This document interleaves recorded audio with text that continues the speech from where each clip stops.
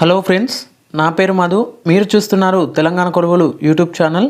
Friends, ఈరోజు వీడియోలో TS జెన్కోకు సంబంధించిన ఫుల్ నోటిఫికేషన్ అయితే రావడం జరిగిందండి. వాటికి సంబంధించి 339 పోస్టులకు సంబంధించి ఈ నోటిఫికేషన్ రావడం జరిగింది. దీంతో పాటుగా 60 పోస్టులకు సంబంధించిన కెమిస్ట్కి సంబంధించి కూడా ఒక నోటిఫికేషన్ అయితే రావడం జరిగింది జెన్కోకు సంబంధించి.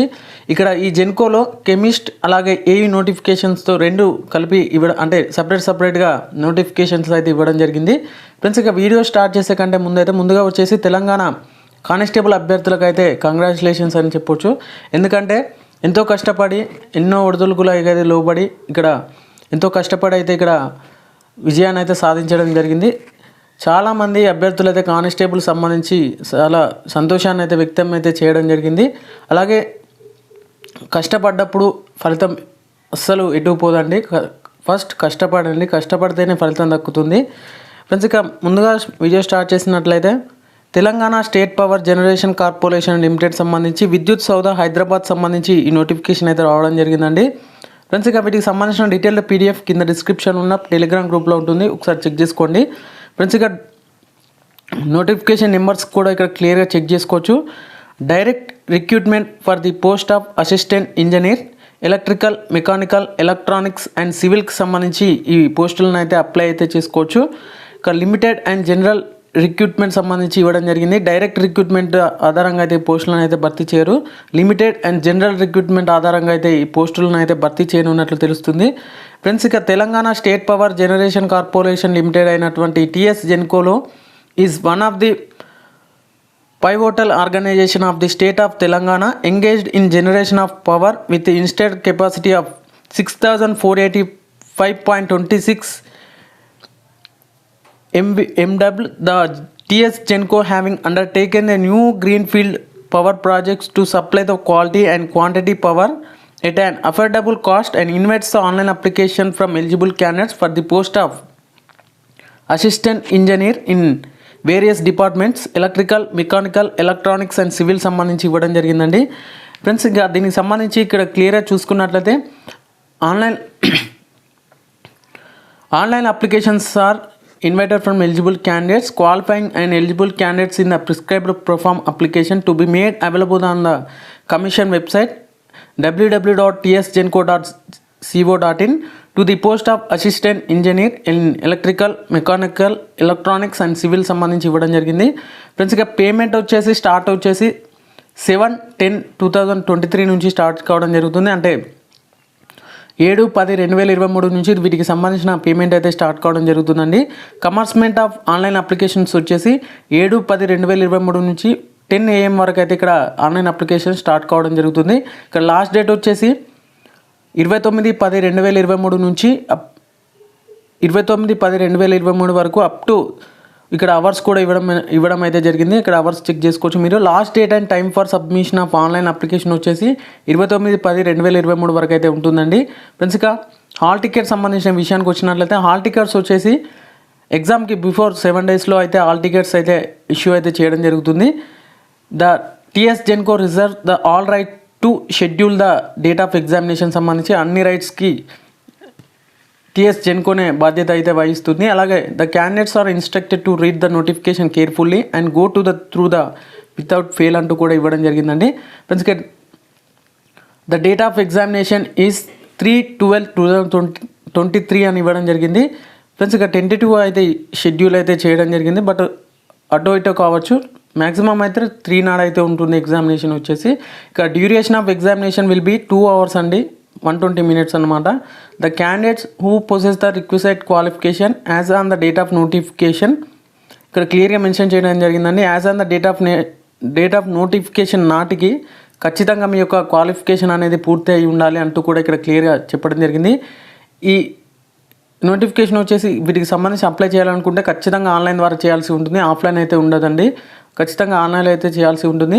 ఫ్రెండ్స్, ఇక వేకెన్సీ పొజిషన్ చూసినట్లయితే direct recruitment of assistant engineers in electrical, mechanical, electronics and civil సంబంధించిన వేరియస్ డిపార్ట్మెంట్లో చూసినట్లయితే ముందుగా వచ్చేసి ఇక్కడ అలాగే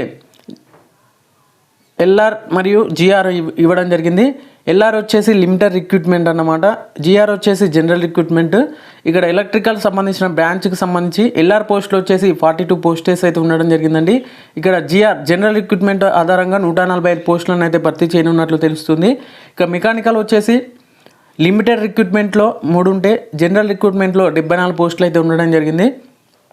ఎలక్ట్రానిక్స్ సంబంధించి జనరల్ రిక్రూట్మెంట్ ఆధారంగా 25 పోస్టులను అయితే భర్తీ చేయనున్నట్లు తెలుస్తుంది.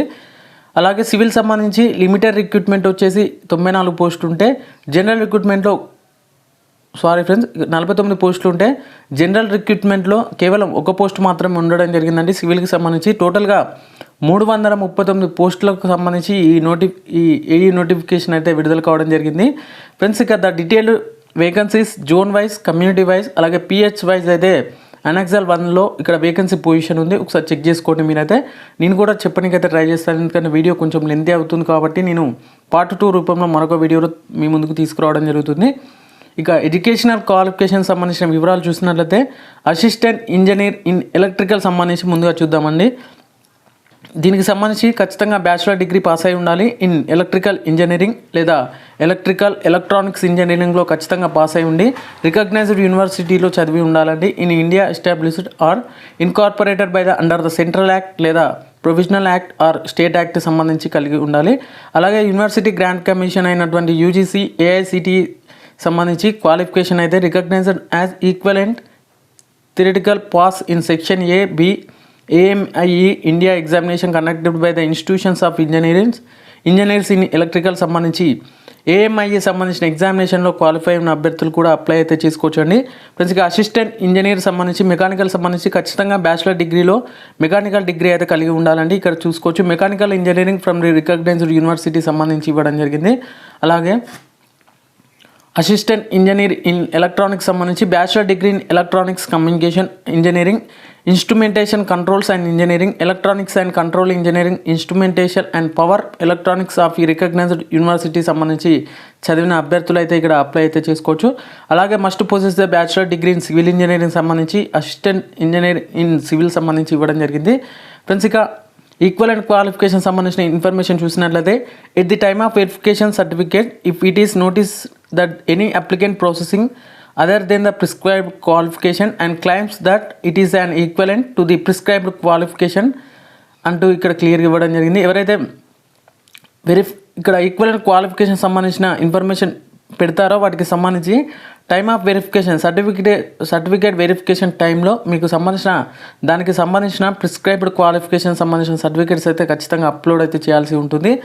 Then and expect technical committee will be కన్స్టిట్యూడ్.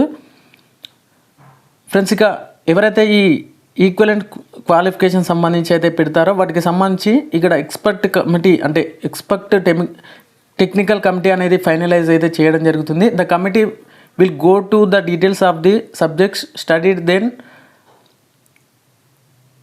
accorded under the Central Act and State Act and Provisional Act institution recognized by the UGC and AICTC సంబంధించి ఇవ్వడం జరిగింది. ఫ్రెండ్స్, ఆ అభ్యర్థి యూజీసీ లేదా ఏఐసిటి సంబంధించి అంటే సెంట్రల్ యాక్ట్ లేదా స్టేట్ యాక్ట్ సంబంధించి తన స్టడీని కంప్లీట్ చేసినట్లయితే వాటికి సంబంధించి ఈక్వలెంట్ క్వాలిఫికేషన్స్కి అర్హులు అంటూ కూడా ఇక్కడ ఇవ్వడం జరిగింది. ఇక్కడ ఏజ్ లిమిట్ చూసినట్లయితే మినిమం వచ్చేసి 18 years అండి, maximum 44 years. The age will be reckoned as 1/7/2023 నాటికి ఈ ఏజ్ అయితే కలిగి ఉండాలి. ఏజ్కి సంబంధించి ఖచ్చితంగా ఇక్కడ జీవోస్ ఖచ్చితంగా మెన్షన్ చేయడం జరిగిందండి. The upper age limit is raised up to 10 years, that is from 34 years to 44 years అని మెన్షన్ చేయడం జరిగింది as per the GO MS number 42 ప్రకారం. ఫ్రెండ్స్, ఇక ఏజ్ రిలాక్సేషన్ సంబంధించి BCS నాన్ క్రిమి లేయర్ ఓన్లీ సంబంధించి 5 years ఉంటుందండి. ఈడబ్ల్యూఎస్ SC STకి సిమిలర్గా 5 years ఉంటుంది. ఫిజికల్లీ ఛాలెంజ్డ్ పర్సన్స్ అయినటువంటి PCP క్యాండిడేట్స్కి 10 years అయితే ఏజ్ రిలాక్సేషన్స్ అయితే ఉండడం జరుగుతుంది. ఫ్రెండ్స్, ఇక అప్లికేషన్ ఫీ గమనించినట్లయితే అప్లికేషన్ ప్రాసెసింగ్ ఫీ వచ్చేసి 400 రూపీస్ అయితే ఉంటుందండి. 400 రూపీస్ వచ్చేసి నాన్ రిఫండబుల్, మీకైతే మళ్ళీ రిఫండబుల్ అయితే కాదు, మనీ ఒకసారి పే చేశాక. ఎగ్జామినేషన్ ఫీ వచ్చేసి 300 రూపీస్ ఉంటుందండి. The applicants have to pay an amount of RS రూపాయలు 300 రూపాయలు ఉంటుంది. ఎగ్జామినేషన్ ఫీ సంబంధించి ఇవ్వడం జరుగుతుందండి. For SC ST BC EWS candidates physically challenged categories are excepted from the payment సంబంధించి ఇవ్వడం జరిగింది. అంటే ఎగ్జామినేషన్ ఫీ సంబంధించి ఎవరైతే SC ST BC EWS candidates అలాగే ఫిజికల్లీ ఛాలెంజ్డ్ క్యాండిడేట్స్ ఉంటారు కదా, వాళ్ళకైతే ఫీ అనేది కట్టనీకైతే ఉండదు. అలాగే the applicant belonging to their other states are not excepted from the payment of examination fee సంబంధించి అయితే ఇవ్వడం జరిగింది.